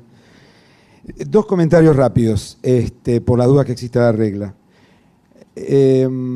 Bueno, primero aclaro, soy funcionario del gobierno, tengo rango de subsecretario, no vivo de rentas, con lo cual el congelamiento salarial me dolió bastante, pero bueno, son medidas de poco efecto real, pero que uno acepta como parte del gobierno. Quería hacer un par de comentarios. Les agradezco las intervenciones, en general todas, coincido bastante, algunas diferencias tengo. Quería simplemente compartir un par de cosas. En primer lugar, lo que decía Guillermo del gradualismo, la cuestión económica, ¿dónde estamos? Digamos, nosotros, voy a tratar de no caer, porque en defender al gobierno, digamos, uno tiene una posición subjetiva, es inevitable, todos la tenemos, simplemente dar una perspectiva, digamos, es decir, el gasto, nosotros venimos de una importante, digamos, desmesura populista, por decirlo de alguna manera, que tiene la particularidad respecto de, digamos, el inaugurador del populismo en la Argentina, 2. Una, que Perón finalmente en el año 48, 49, cuando lo saca Miranda y lo pone Gómez Morales, frena, digamos, ¿no? Había acumulado tanto capital político que pudo gastarlo durante 9 años, pero redujo el salario real desde el 49 hasta el 55, con alguna variación, pero más o menos. Cristina se dio todos los gustos en ese sentido, ¿sí? Por otra parte, yo creo que la década anterior inauguró una suerte de populismo de clases medias, digamos, que es novedoso en la Argentina. Es decir, todos tenemos algún amigo que le parece bien que el salario de él o del amigo haya crecido mucho, sin preguntarse si la economía argentina o del sector donde trabaja, porque algunos sectores tal vez lo podía sostener, no importa eso, ¿sí? Hay que salir de eso, es decir, la Argentina sale de una forma de entender su economía que además tiene cierto consenso en una parte importante de la población. Entonces, uno trabaja, por lo menos la sensación que yo tengo es que trabaja todo el tiempo al límite. Es decir, yo coincido con el diagnóstico. El gasto público en la Argentina, hay un muy buen trabajo de Sebastián Galiani, que es funcionario del gobierno como yo y por lo tanto cargado de subjetividad, que nos muestra que el gasto público está entre el 40 y el 42% del PBI. Es decir, 40 y 42% del PBI. es nivel OECD, o sea, en eso ya entramos. Pero servicios de Uganda. Es imposible sostener eso. Ahora, al mismo tiempo, la resistencia a modificar eso, más cuando nosotros tenemos un problema de Q y no de P, es decir, el Estado en todos sus niveles es enorme, tiene mucha gente, mal paga en general, salvo esos bolsones importantes de privilegio. Yo soy subsecretario del Ministerio de Energía, tengo a mi cargo el sector nuclear, soy sociólogo, pero no se preocupen, los reactores no los manejo yo, está todo bien. Y vengo trabajando en ese sector hace muchos años. Bueno, hay el Estado tiene 42 empresas públicas, algunas de ellas tienen remuneraciones primermundistas lejos, ¿sí? Y son convenios colectivos, con fuerza de ley. Cuando se cambia algo, a veces aparece la justicia y dice, no, está muy bien el descuento compulsivo a los bancarios. Es decir, hay una especie de necesidad de avanzar hacia cierto camino porque el tiempo se agota, ¿sí? Pero al mismo tiempo hay que generar paquetes de consenso para eso. Yo, si me permiten, creo que el gobierno tiene medianamente claro a dónde tiene que ir. Yo en eso quizá discutiría. Ahora, el problema es la dificultad a veces para avanzar en un país en el cual la idea de que tenemos derechos no ligados a otras cosas está muy arraigada, ¿sí? Y finalmente la fiesta la paga el 30% de precarios, desempleados, pobres, digamos, ¿no? En fin, yo creo que ahí hay un estrecho camino. El gobierno le tiene mucho miedo a dos palabras, ¿sí? López Murphy. Es decir, el shock que genere una pérdida dramática de legitimidad en un país que le cuesta mucho hacer cambios. Fíjense ustedes, hablamos toda la reforma previsional, yo coincido. Una ley, un cambio humilde en la ley que dice que entonces los salarios van a aumentar más que la inflación, pero no tanto más que la inflación, le costó al gobierno 10 puntos de imagen en una semana, ¿sí? Perdón, miraron la hora, avanzo, sobre todo porque soy nuevo y no tenía tanto derecho. Una sola cosa, Tito, respecto de Cambiemos. Coincido contigo, yo creo que ahí hay un desafío de construir una cultura política común, están los radicales, que existen y mucho, y tienen mucha presencia territorial, yo no descartaría eso. Con el PRO hay cierta intención mutua de construir algo en común, todavía eso no existe, digamos, me parece que ahí hay un debate importante y hacia la construcción de una identidad que pueda representar algo en la Argentina. Termino con un pequeño comentario de la opinión pública, digamos. En la Argentina el público se divide respecto al gobierno en 4 cuartos y eso no ha cambiado desde hace 2 años, por lo menos por los datos que uno tiene la suerte de ver todo el tiempo, ¿sí? Un 25% nos detesta profundamente, quiere que nos vaya mal. Es decir, y la figura, y ha encontrado una persona que representa eso, que es Cristina, ¿sí? Que tiene, puede tener 18, 26, pero anda ahí. Un 25% del otro lado, bajame el sueldo, no me importa, te banco a muerte, ¿sí? En el medio hay otros 2 cuartos. Uno es más político, está más lejos del gobierno, no quiere al gobierno, tiene una cultura peronista, lo ve raro, gorila, raro, pero más detesta al kirchnerismo, ¿sí? No tiene liderazgo y flota, digamos, ¿no? Está en las provincias, elige gobernador. Y el otro 25% le gustaría votar al gobierno, lo hace cada tanto, pero espera un centro económico, digamos. Es decir, sufrió económicamente, porque claro, en ciertos centros urbanos esto pasó. Entonces, dependerá mucho en eso de los resultados económicos del gobierno y del otro cuarto en cómo se construyan representaciones. Me parece que eso es lo que ocurre, digamos. Es decir, la Argentina puede cambiar, me parece, sus representaciones político-partidarias en los próximos años, esto se está consolidando, pero no está claro que se haya terminado de consolidar, más allá de que yo coincido que al presidente le va a resultar, tiene muchas posibilidades, más que todo por los problemas que hay enfrente, de reelegir en 2019.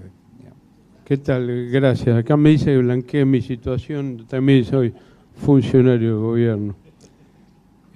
Pero el club tiene preeminencia en el tiempo, así que primero fui socio del club. Sobre Laura Alonso, lo primero que se preocupó es poner en marcha el organismo e inmediatamente junto con eso proponer una ley que define que el organismo sea independiente. ¿Qué más se le puede pedir? Me parece que es lo que está haciendo, ambas cosas las hace bien. Ahora, es obvio que a la hora No, está bien, pero para un cachito. Pues eso es un problema del presidente, pero no un problema de ella. Digamos, después te cuento la cantidad de cosas que... No. Esto es lo que es un juicio de Laura Alonso, no estoy haciendo un juicio de gobierno. Otra reflexión, litio. En una batería de Tesla, la incidencia del litio es del 3%. Por otra parte, el litio sobra en todo el mundo. Hay litio para unos 2000 años. O sea, la ventana de oportunidad que tiene la Argentina en relación al litio es muy chiquitita, y la capacidad que tiene la Argentina para hacer batería de litio, aportando el 97%, que es conocimiento intensivo, es prácticamente nula. O sea, no hay ahí nada, digamos, está bien, es una riqueza minera que hay que explotar y qué sé yo, pero no nos engrupamos. Voy a un tema más. La política económica, y creo la política en general, es un diálogo permanente entre la sociedad y el gobierno. En ese diálogo, inevitablemente el ejemplo, qué sé yo, de Estonia, donde vienen los tipos y dicen, bueno, vamos a ponernos de acuerdo y bajamos los salarios. Eso, desde el punto de vista argentino, no es viable, pues en ese diálogo funciona una sociedad que tiene otras tensiones que definen también los límites del gobierno. Con esto quiere decir, la Argentina va camino probablemente a un choque, pero no es un choque del gobierno, es un choque de la Argentina, en el combo de ese diálogo, argentinos y gobierno. Por eso yo creo que además, de alguna forma, una crisis de doble brecha fiscal y externa, desde mi punto de vista, suena inevitable. Por eso, personalmente, soy muy escéptico de la macro y del corto plazo. Yo creo que es al revés de lo que dice Keynes. En el corto plazo estamos todos muertos, hay que pensar en el largo. Y en el largo plazo, me parece que acá hay una cosa, hay muchas cosas, pero yo creo que hay una cosa que no se está prestando atención para lo que sería el diseño de una política en la Argentina de desarrollo, que es Estados Unidos está reduciendo la tasa de imposición a las empresas del 20%. Esto es un giro copernicano del sistema multinacional. Y hablar de que vienen las inversiones a la Argentina siempre fue una estupidez, porque las inversiones siempre son un fenómeno endógeno, nunca es exógeno. En este momento es muchísimo más estupidez. Ese movimiento de Estados Unidos está generando ya una reacción en la Unión Europea que está reflexionando dónde se instala en este contexto. Hablando a largo plazo, acá se dijeron las tres cosas centrales, una no se mencionó, que me parece que la Argentina tiene que sentarse a hacer y a proponer a la sociedad, como para que la sociedad sea consciente que está jugando a largo plazo y que en el corto plazo estamos todos muertos, que son una reforma del Estado, pero no una reforma del Estado en términos de lo que hace el Ministerio de la Modernización. Ese Ministerio de la Modernización está modernizando, entre comillas, y de lo que se trata es lo que les mencionaba Laura Alonso en la reunión que tuvimos, de concebir los términos del New Public Management que se generalizó en el orden internacional desde hace por lo menos 20 años, y que supone mucho más desarrollar las instituciones independientes, sobre todo técnicas, o sea, los aspectos técnicos de la gestión del Estado tienen mucha más relevancia que los aspectos políticos, porque requieren continuidad, y en eso se tienen que imponer organismos de naturaleza independiente de alta jerarquía profesional. Y por otra parte, con una fuerte participación de la sociedad, y eso hay mucho escrito, hay mucho analizado. En segundo lugar, las políticas de desarrollo económico, que lamentablemente no son las de hace 20 años. Se complejizó muchísimo la gestión del desarrollo económico en el orden internacional. Y en tercer lugar, la educación. La Argentina, si lo repito siempre, está produciendo un ingeniero cada 4.500 habitantes por año. Los franceses están produciendo un ingeniero cada 2.000 habitantes por año. Los chinos ya están en uno cada 1.850. Si los chicos que entran ahora en primaria, de acá a 20 años, en un alto porcentaje no son ingenieros, la Argentina, además de estar jodida en el corto plazo, está también jodida en el largo plazo. Y esto no tiene nada que ver con las inversiones, quién va a tomar a los ingenieros, eso es otra estupidez con perdón de la mesa, porque de cada 10 ingenieros que se producen o otras profesiones, por lo menos uno va camino a ser un empresario y le va a dar trabajo a los otros 9 y a muchos más. Yo creo que son esas 3 cosas formuladas en un plan y una demanda de paciencia. Y si no hay paciencia, no importa, porque van a cambiar los gobiernos, pero en la medida que encaremos alrededor de estas 3 cosas, me parece que al final los ciclos son más atenuados y la Argentina puede encontrar una línea de salida. Para terminar, la OCDE. Yo sé que Willy es, ¿cómo se llama?, escéptico con la OCDE. Creo que lamentablemente no sabe. El tema de la OCDE no es joda. El tema de la OCDE no es joda, porque, digamos, el cambio institucional endógeno es extremadamente difícil, porque lo que hay es una dependencia del camino, lo que los gringos llaman path dependency. Por eso, lo que es el cambio institucional exógeno, o sea, promovido desde afuera, a través de un organismo, lo que sea, es de alguna forma el ejemplo más exitoso que está viviendo el mundo a través de los nuevos ingresantes a la Unión Europea. Cuando van ingresando a la Unión Europea, le dicen, pará un poquito, vos querés ingresar a la Unión Europea, este es el Bill of Conditions. Como Grecia, ¿no? Y entonces imponen una cantidad de condiciones y esas condiciones son las que de alguna forma van modificando el public management. A veces sale un poco mejor, a veces sale un poco peor, pero por ejemplo España se compró un Estado nuevo prácticamente y así una cantidad de otros países. En el caso argentino no tenemos nosotros la demanda social de entrar a la OCDE, porque nadie conoce a la OCDE, pero ya las modificaciones para el public management que está empezando a promover la OCDE con esta voluntad de ingreso son relevantes, pero son relevantes también en el largo plazo, y lamentablemente la selección de los puntos de intervención no fueron los mejores, porque se dejaron fuera de los puntos de intervención justamente los temas de desarrollo económico de largo plazo. Nada más.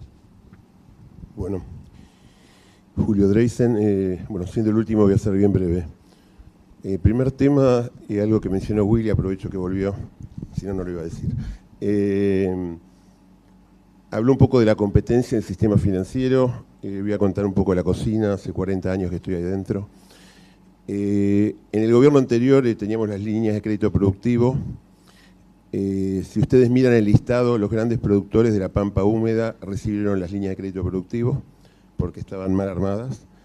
Y después los chicos que la recibían, los bancos le obligaban a tomar líneas de préstamo comercial no promocionadas a una tasa superior a la normal. O sea, si yo prestaba, por ejemplo, al 50 normalmente, te daba una al 70 no productiva y una 30 productiva. En promedio era lo mismo. Los que tenían más pymes o más riesgo. O sea que la verdad, todos los sistemas de incentivos que se crearon en el sistema financiero fueron nefastos y así puedo contar un montón de historias. Simplemente hay que mirar la historia, quienes recibieron crédito productivo, que es información pública.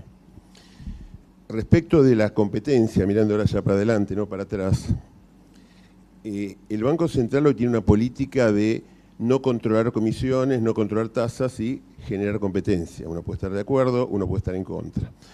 Sin embargo, hay algo que lo ayuda mucho, que es esta tendencia mundial que hay a las fintechs. O sea, crear bancos que con 10 personas manejás el Santander, o con 50, no importa, es irrelevante, pero con 3 sucursales. Y eso ocurre en el mundo porque porque con el desarrollo de las tecnologías y la IT y todas estas cuestiones, los bancos no quieren más tener control del Banco Central y se están empezando a fondear de otra manera. El Banco Central, Sturzenegger a la cabeza y están promoviendo este tipo de desarrollos. Los bancos se están quejando todos y el Banco Central les dice no se pueden quejar porque ellos no toman depósitos, por lo tanto nosotros no tenemos nada que meternos en este negocio. Ese negocio está horadando el negocio de los bancos, las comisiones, las tasas de interés, todo. Y yo creo que, no sé, no soy un experto en el tema a pesar de haber trabajado mucho, pero creo que entre 5 y 10 años más de la mitad del sistema financiero van a ser ellos y no los bancos. O sea que hay que prepararse para un nuevo sistema financiero porque nuestros hijos, nuestros nietos manejan el celular, no van a ir a la sucursal a depositar plata. ¿Perdón? Son compañías que vos armás con desarrollos tecnológicos que te evalúan crediticiamente a través de una entrevista como si fuese laboral, que te preguntan dónde vivís, quién es tu hermano, qué hace tu hermano, qué trabajás vos, cuántas horas trabajás, cuánto ganás. Y en base a eso, te toman la foto, una selfie, y en 20 minutos te dicen, te presto 10.000 pesos, 5.000 o 100.000. Ahora va el fondeo.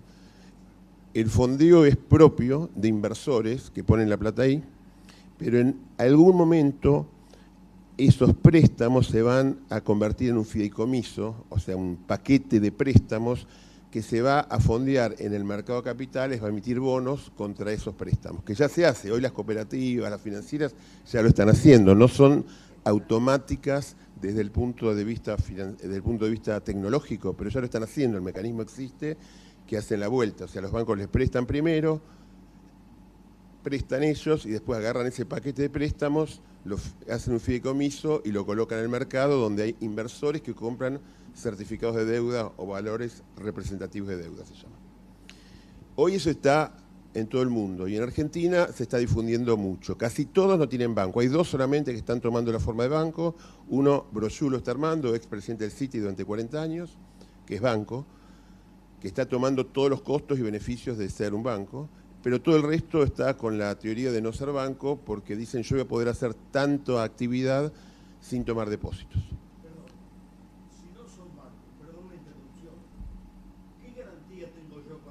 Es que no hay vas a depósitos, poner la no hay garantías, por eso el Banco Central no interviene. Perdón, por favor no interrumpan. Si vos invertís y le prestás a un amigo que tiene un negocio, tampoco tenés garantías, es lo mismo. Un tipo que tiene un almacén, bueno, podés ir a un banco y colocar ahí, es la alternativa a existir si hay demanda.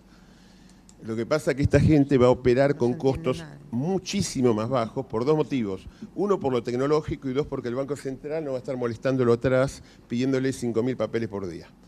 Y sobre todo, perdón, déjame terminar, y no les va a pedir capitales mínimos. El costo principal de un banco es un capital mínimo. O sea, un banco presta 100 y tiene que tener capital mínimo de 15 más o menos, en promedio.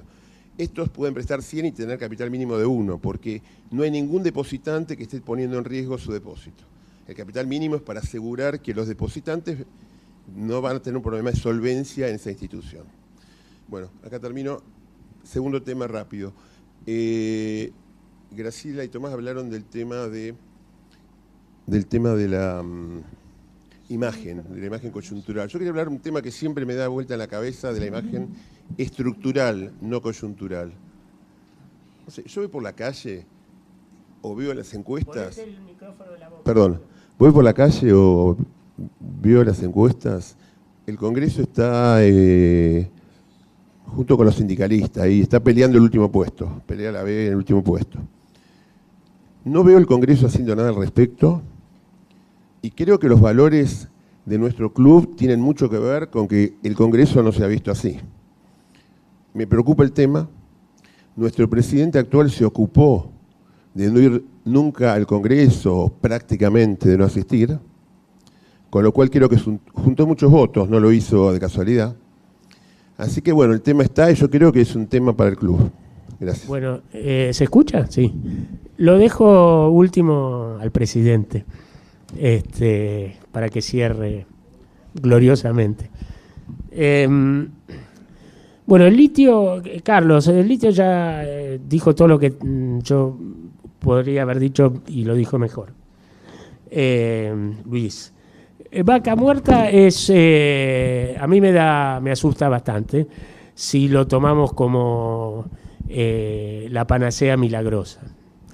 Creo que corremos un riesgo tremendo si pensamos que ese va a ser el milagro que nos salve. Porque si nos comportamos de esa manera vamos a caer en la doble trampa, digamos, de lo que los economistas llamamos la enfermedad holandesa, y vamos a hacer pomada todas las otras actividades transables que generan empleo, y peor todavía vamos a meternos en la maldición de los recursos naturales, porque nos vamos a fumar en pipa el capital natural que tenemos y no lo vamos a ahorrar ni invertir en nuevas formas de capital. Eso nos pasó con la soja, pero le pasó mucho más a los países petroleros, mineros, etcétera, en el último boom y en los booms anteriores, si no hicieron las cosas que hace falta hacer, que son fondos anticíclicos, fondos soberanos, inversión en infraestructura, etcétera.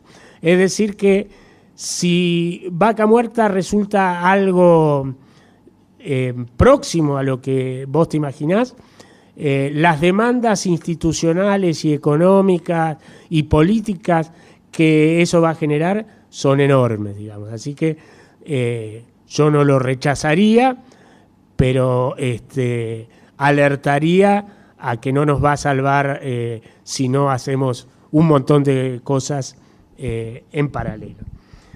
La obra pública sí es importante, todavía no mueve impresionantemente el amperímetro porque la inversión agregada total está en el 16-17% y la inversión pública es una parte de esa inversión. Y el otro problema es que hay una parte que es para infraestructura que después favorece lo que uno podría llamar la competitividad sistémica. Pero hay otra parte importante de la inversión pública que hay que hacerla, pero que es no transable, digamos, ¿no es cierto? Entonces, invertir en no transables, el gobierno tiene que invertir en vivienda, etcétera, pero si no hay otra inversión que acompaña por el lado de transable, estamos en problemas, digamos, por el tema de la sostenibilidad externa. Con respecto al tema de las exportaciones agrícolas, $400 es lo que ya estaba en los pronósticos. El problema es que con esos pronósticos, si cae 30% las cantidades, estamos jodidos. Y segundo, Israel hizo algo muy parecido al Plan Austral en su momento. Tenía una inflación más alta. Y yo me acuerdo porque estuve involucrado como pichi, digamos, en el Plan Austral. Después coautoré un libro con Bruno Fischer de Israel, con Percio Arida de Brasil y con algún otro en Perú que se llamaba Inflación Cero, un nombre pésimamente elegido, que no fue mi elección. Y ahí, bueno, Bruno describía el caso israelí, era muy parecido en su concepción al Plan Austral, y la gran diferencia es que tenía el respaldo de Estados Unidos, digamos, y no tenía el problema de la deuda que tenía Argentina, digamos. Entonces, a esa diferencia es el día y la noche. Bueno, con todo lo que dijo Julián, estoy de acuerdo y además no voy a opinar porque ya se fue. Me parece que Luis es muy poco respetuoso de Soler porque dice que no entiende nada y no sabe si entiendo o no entiendo. Yo creo que entiendo y opino diferente. Soler y Rosenbursel también. Pero bueno, yo dejaría esa discusión para adelante. Lo único que quiero señalar es que como mínimo vamos a tardar 8 años en ingresar a la OCDE, como mínimo. Así que esa discusión la damos dentro de 8 años. Y finalmente, como mínimo 8 años, ¿no? Y finalmente, y México está arrepentidísimo de haber ingresado a la OCDE. finalmente estoy totalmente de acuerdo con Julio en todo lo que dijo. Simplemente yo agregaría que el sistema bancario regulado por el Banco Central, por lo menos hasta donde uno puede prever, va a seguir siendo el administrador de los medios de pago, digamos, y va a seguir recibiendo depósitos y por lo tanto va a seguir ofreciendo ciertos servicios. Así que francamente no veo, obviamente su peso va a estar limitado por otras cosas, pero no me parece que esté de más que alguien controle o asegure la competencia y regule, no fijando comisiones máximas, pero de alguna manera los derechos del consumidor. Creo que incluso en la última discusión de la ley de reforma financiera se creó la figura de un defensor financiero, ¿no? Eso. No, ya sé. Sí, pero cobran los bancos, ¿no? Sí, ok. Sí, de acuerdo. Perdón. Bueno, brevemente, yo lamento que se haya personalizado en Laura Alonso. No era mi intención, yo no la traje a la Lisa, pero lo tomo justamente como un buen ejemplo de un problema, porque una cosa es que exista un proyecto durmiendo o aún activo, y otra cosa es que eso tenga densidad política, eso se convierta en una cuestión política. Entonces, ¿existe el proyecto? Sí, Laura hizo referencia a él en el almuerzo que tuvimos hace 15 días, creo que vos estabas presente, Luis, pero el problema no es ese, el problema es que nadie sabe. Entonces, si no se tematizan esas cuestiones, a mí me parece lo mismo que nada, digamos, ¿no? El comentario de Guillermo Ariza, yo lo que entendí en concreto, y con lo cual estoy de acuerdo, lo único que entendí de concreto de lo que vos dijiste, Guillermo, perdón, yo no entendí, pero seguramente los demás sí entendieron. Pero lo que yo entendí es el tema de la economía informal, con lo cual estoy absolutamente de acuerdo. Ahora, la economía informal es un ejemplo más de relaciones en donde minorías intensas ganan muchísimo, se benefician muchísimo y pierden muchos que creen que no les queda más remedio que estar ahí, porque bueno, o están ahí o están en la calle, y entonces, digamos, hay una sobreexplotación por parte de esos beneficiarios de la informalización de la economía. Que yo sepa que es un problema de agenda fundamental, no tengo ninguna duda. O sea, ahora, si el gobierno lo está encarando o no, y cómo, y qué espera, eso, la verdad, no lo sé bien, pero yo estoy totalmente de acuerdo con vos en que atacar la economía informal es una parte importante de los conflictos de minorías intensas contra mayorías que no se dan cuenta o que creen que resignadamente y no les queda otra. Que yo sepa, muchas de esos sectores de la economía informal están apenas en la línea de flotación. O sea que si vos formalizás, esos agentes económicos desaparecen, porque entonces hay que tener una política para que esos agentes económicos floten, ¿no?